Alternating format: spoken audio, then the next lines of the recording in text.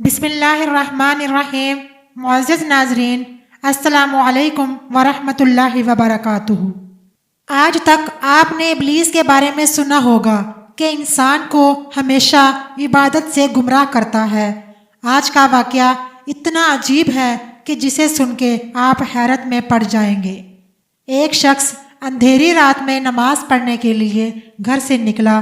اندھیرے کی وجہ سے اسے ٹھوکر لگ گئی اور وہ منہ کے بل کیچڑ میں گر گیا۔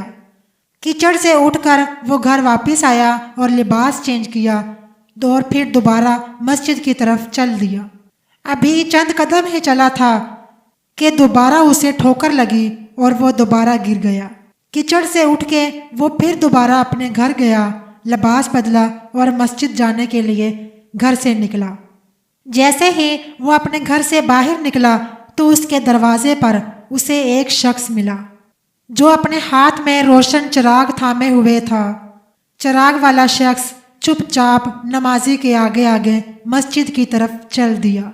اس دفعہ چراغ کی روشنی میں نمازی کو مسجد تک پہنچنے میں کسی دشواری کا سامنا نہیں کرنا پڑا۔ وہ خیریت سے مسجد پہنچ گیا۔ مسجد کے دروازے کے پاس پہنچ کر چراغ والا شخص رک گیا۔ نمازی اسے چھوڑ کر مسجد داخل ہو گیا اور نماز ادا کرنے لگا۔ نماز سے فارغ ہو کر وہ مسجد سے باہر آیا۔ چراغ والا شخص اس کا انتظار کر رہا تھا تاکہ اس نمازی کو چراغ کی روشنی میں گھر چھوڑ آئے۔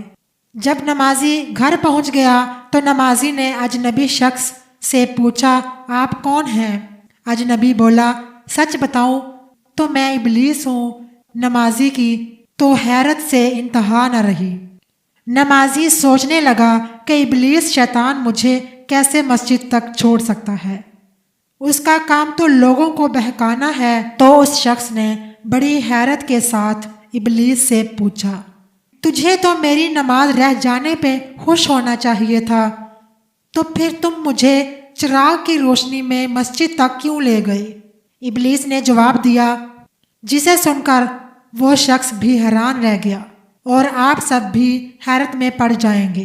ابلیس نے جواب دیا کہ جب تمہیں پہلے ٹھوکر لگی تو اللہ تعالیٰ نے تیرے سارے گناہ معاف کر دیے، سبحان اللہ۔ جب تجھے دوسری ٹھوکر لگی تو اللہ تعالیٰ نے تیرے پورے خاندان کو بخش دیا۔ مجھے فکر ہوئی کہ اگر اب تو ٹھوکر کھا کر گر گیا تو اللہ تعالیٰ تیرے سارے گاؤں کی مغفرت نہ فرما دے، اس لیے چراغ لے کر آیا ہوں کہ تم بغیر گرے مسجد تک پہنچ جاؤ۔ اس شخص نے جیسے یہ بات سنی تو اللہ تعالیٰ کی بارگاہ میں اپنا سر جھکا کر اللہ کا شکر ادا کیا۔ تو دوستو، یہ ہے اللہ تعالیٰ کی شان۔ پروردگار عالم کی راہ میں کوئی شخص ایک قدم بڑھاتا ہے تو اللہ تعالیٰ اس کی طرف 70 قدم قریب ہو جاتا ہے۔